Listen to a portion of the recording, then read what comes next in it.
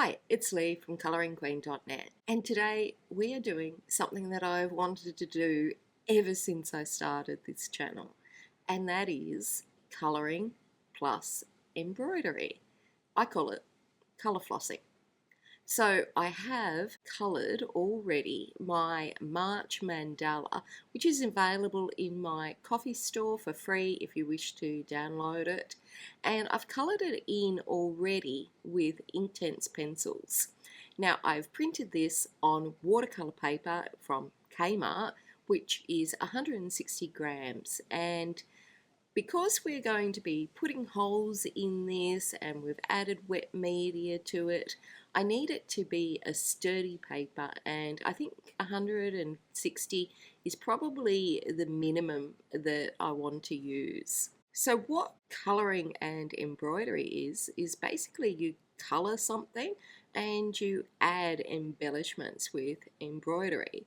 So you can embroider on paper. It is just a bit more delicate than fabric, so easy to tear, hence using the 160 gram watercolor paper. You can use it to fill in, so you can use it entirely to create a design on the paper that you haven't colored. I've got some bits around the outside here that I haven't colored at all because I'm going to do a certain stitch on those. Or you can use it just to embellish what you already have.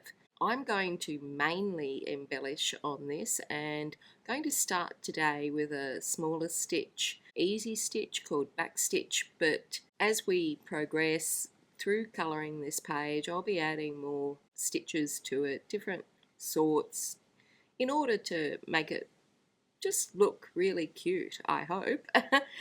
But more importantly, to show you how you can embroider on paper. I will admit that I am not an expert with embroidery. When I last did embroidery, it was at school during compulsory needlework classes, and I was a rat bag at school, so who knows how much I've forgotten and how much I can remember. Let's dive in. You can see I've got a range of embroidery cotton, so we need the paper. I've got a healing mat underneath. If you don't have a healing mat, you just need something that can withstand being stabbed at with a sharp object. I have actually used the mouse pad from my computer. They're pretty cheap and easy, and if honestly, as long as you don't mind it being covered in little dots, you can use that, or a bit of foam, some cardboard, whatever you've got handy. Most of these things you can buy at your local discount store. The embroidery floss is very cheap. You can sometimes buy in packs of 6, and everything else that you need you've probably already got at home, or you've got something that you can use. Now we do need something to make the holes in the paper, and the reason that we need to make holes first is it's just like when you pre-drill timber before you add in screws. It makes it so much easier, and you're at less risk of damaging the paper when you put your needle through for the first time if you've already got a pre-drilled hole. Now you could use a thumbtack if you like, but it will be hard going on your wrist. You could use the point of a compass, or you could even use a bigger needle like an embroidery needle or a tapestry needle if you want, but you do need something to pierce the paper. Now I have tried a paper piercer and various little products that my partner had in the garage, like little bits from some sorts of tools. They didn't really work that well. The paper piercer actually made too much of a hole. A sewing ripper that you use to rip out stems, but really I like this awl. It's a tailor's awl. It's what most people use that embroider on paper. They're very cheap to buy. They're about $5 from Spotlight in Australia, where I bought mine. And the reason it's better than just a needle is because it's got this grip on the top of it, and it makes it easier to hold for long periods of time while you're piercing the paper. So I'm going to start off by making holes here, and you want to make the holes at the distance that you want the stitch to be. So if you want big long stitches, you put the holes further apart. If you want smaller stitches, you put the stitches at a smaller space apart. because that will be where your stitch goes through.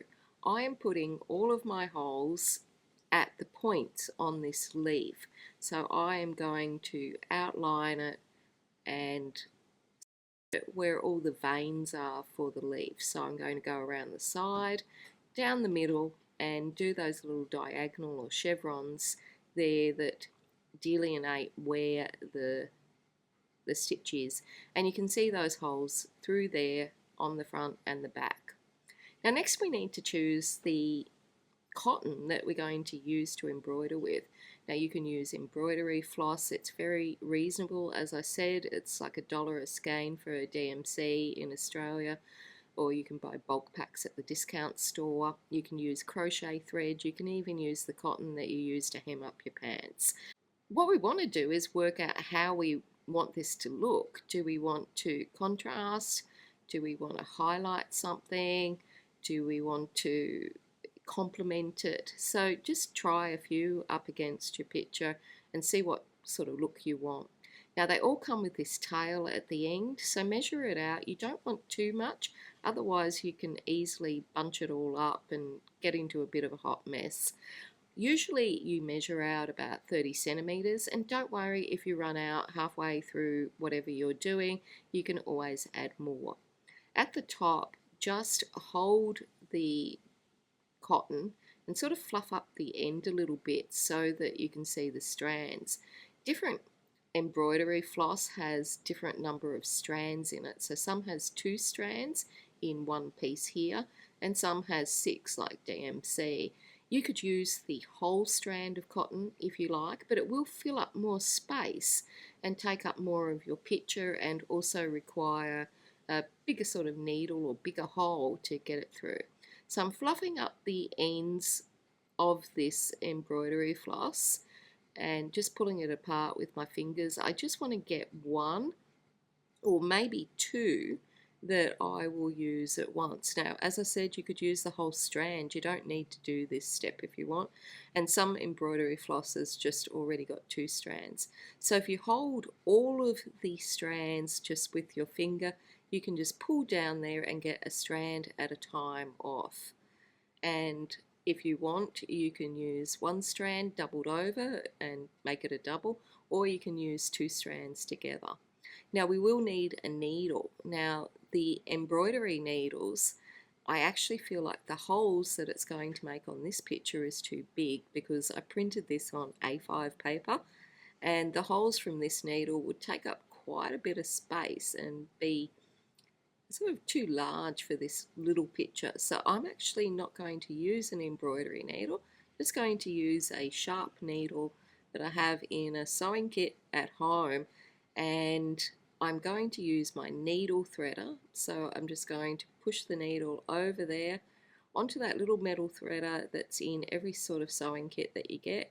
Then you just push the cotton through and just pull it out the other side and you have your needle threaded. If you're choosing to use 2 strands or 3 strands or 4 strands, you just put them all in that needle threader. Now, if you've got great eyes, you don't need the needle threader. I need it because I'm as blind as a bat, and when I change needles down from the embroidery size needle to the smaller one, the eye was just too small for me to see. And I just knot it at the end by winding it around my fingers. Some people do some really fancy stuff by winding it around a needle. You know, there's all different sorts of ways that people do, but you want to make sure that the knot is double knotted, because a too small of a knot might actually come and appear through the reverse of the hole, so it might actually come up and not stay secure. So we're doing back stitch today, and it's a pretty simple stitch, so I'll just zoom you in. And then we'll do some different sorts of stitches later. This gives a nice continuous look, so I think it looks good for leaves and for going around outlines and edges. So I've gone ahead and done 1 so that you can see what type of look that we're aiming for. So I'll show you how I did that now. So we bring your needle up through the reverse of the paper and we'll just do one stitch, and then we are going to secure it by doing a little knot. So turn it over, and I'm using 2 strands of cotton here, so I'm just going to slip the needle in between those 2 strands, but if you're using a single strand you can still sort of put the needle in between it to split it, and then we come up on the reverse side through that 3rd hole onto the front, and it's all nice and secure, and this is our back stitch. So we're going back through that hole that we first made and coming out the front, and then we're going on the reverse to our final hole and going back through that hole that we have previously gone into before. And you can use this for all sorts of designs and shapes. And now on your final stitch you need to secure it so it doesn't all come undone, and just go back into the previous stitch that you created and tie it off. And you might want to double stitch that. It's probably a bit overboard for just 5 little stitches, but you can go into the next stitch as well. Make sure you don't push too firmly because you might break or tear the paper. And theoretically you can use, anything that you can get a needle in, you can use paper wise, but I'm finding that this quality and this GSM works best. So let's get on to our project. So I've gone ahead and completed all of the leaves on the card except for one, and I'm going to finish off that last one with you now. So I'm using double-stranded black cotton, black embroidery cotton, coming up through the back with the pre-drilled holes that I've already created, going in one hole above where I want the stitching to start. So I've got a smaller hole down there at the bottom,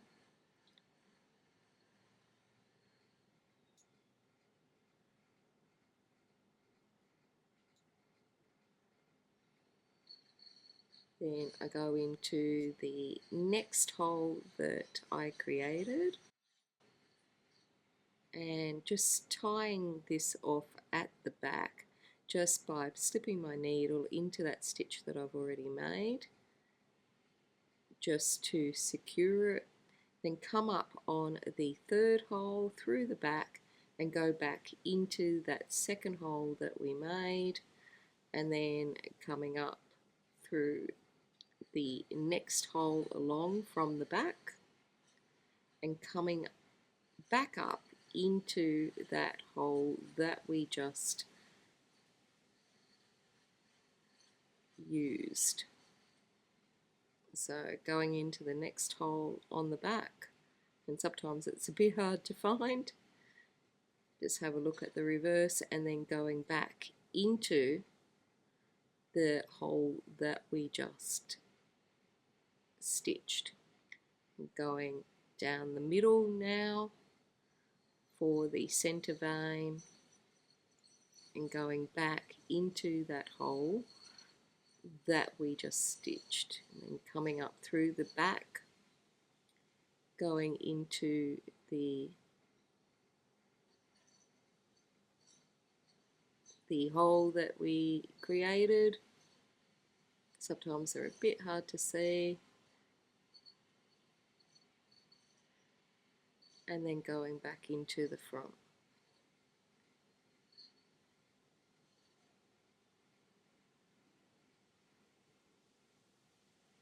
So going up through the last hole there on the middle vein and then going back into the front, so going backwards.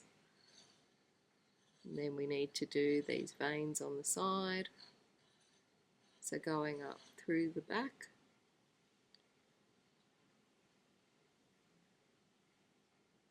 and coming over to that hole down the middle vein that we've already stitched on. And coming up through the back,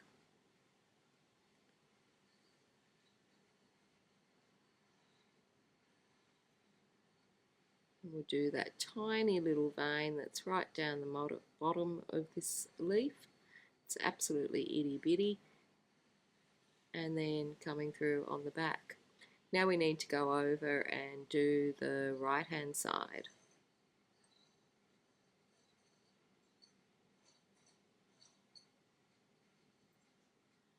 So coming up through the bottom, going into the next hole that we made from the front, then coming up through the reverse, and sometimes you've got a bit of cotton here,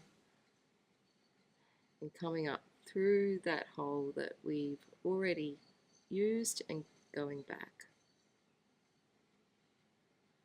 So coming up through the back,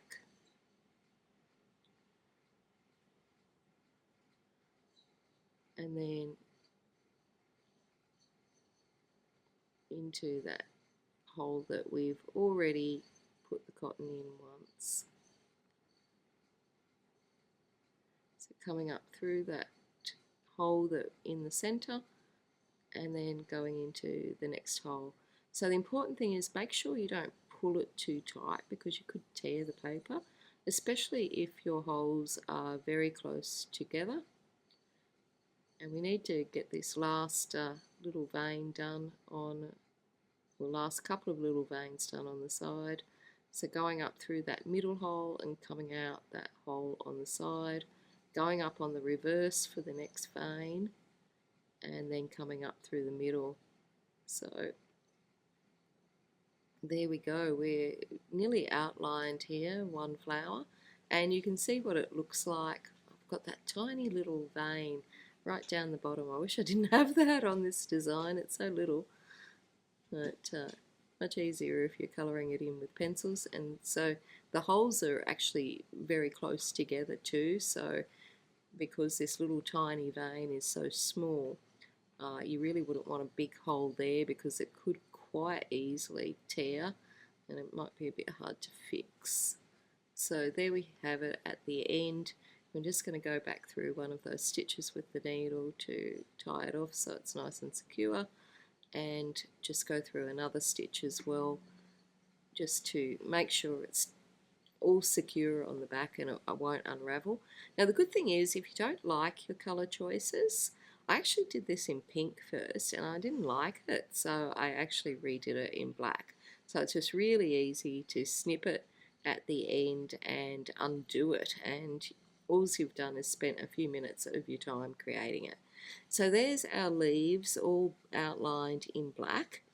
And so now I'm thinking about what I'm going to embroider next on this little piece. And so I'm thinking I might use a blanket stitch, maybe, around where the green is on here.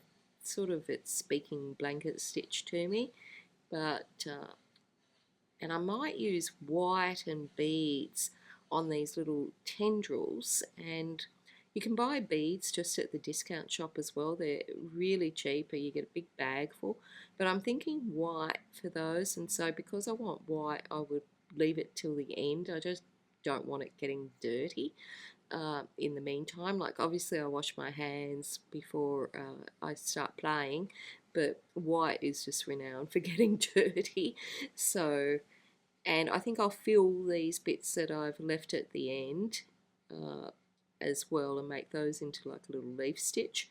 So I'll be back, shortly with the next part of embellishing this little mandala. So until next time, stay safe and happy colouring.